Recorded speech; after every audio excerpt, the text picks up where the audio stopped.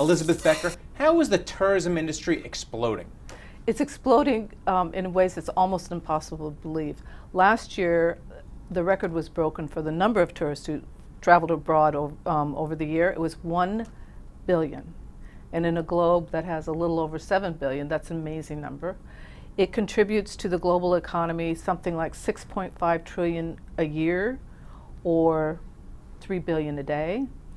At least 1 out of 12, if not 1 out of 11 people are employed by the industry, and the numbers keep growing. It truly is overbooked, and a lot of people taking those trips are taking them on boats. And yes. Recently we've had some problems in the cruising industry. Carnival has had a tremendous amount of troubles in the Mediterranean, in the Gulf of Mexico. Right. Will this hurt the cruising industry?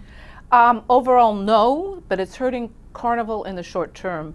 They're putting in money for backup systems and promotions and things, but the cruise industry keeps growing, and there's a lot of reasons. One is the prices, and another is that they've pretty much steered themselves away from regulation. So they've sort of gamed it, so they don't pay many taxes, they don't have many regulations, and I think that's what's going to be looked at now. And speaking of prices, has tourism grown in popularity because the price of booking a trip has come down? Because you can go to sites like Priceline or Expedia, and it seems like it really cut out the middleman. You don't need travel agents anymore. At least I haven't seen them around. Travel agencies are on the rebound because those sites don't always work very well. And last year they posted a pretty good growth.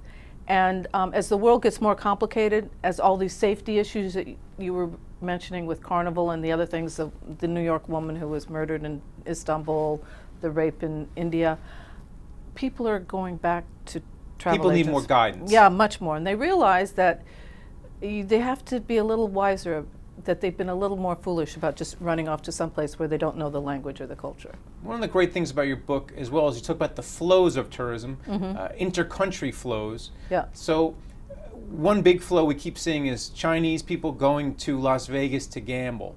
But now they can actually gamble closer by in Macau. So I want to know about the effects on Las Vegas. The other thing that's affecting Las Vegas is there's casinos popping up all over the country. So how is that affecting companies like Wynn and Las Vegas Sands? Well, they're in China. They're in Macau. They have moved their major profit centers there.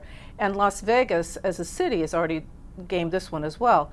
They are moving very strongly into the convention conference sector. So in fact, I spent a whole day having fun watching them debate this in a public session, but they know that the gambling days are over. And you're right, when Las Vegas opened up, that was the whole thing in the United States. Now with all the other gambling, it certainly exists, but that's not where their money is. And do we need a Department of Tourism in the United States with all the tourists coming over here?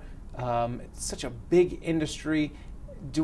I know that Americans want a smaller government. They want fewer cabinet positions. But do we actually need one? Is it a big enough industry for us to say we need a department?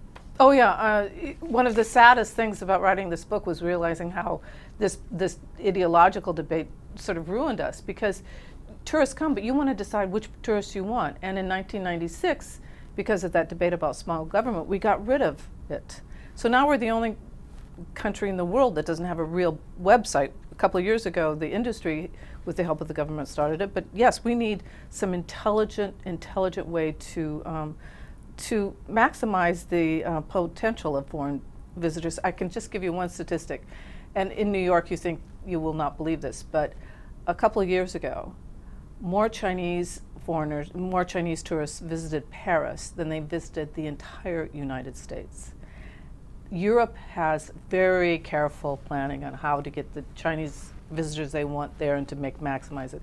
That's the kind of planning and thinking I think we need. And you know, all government is not bad.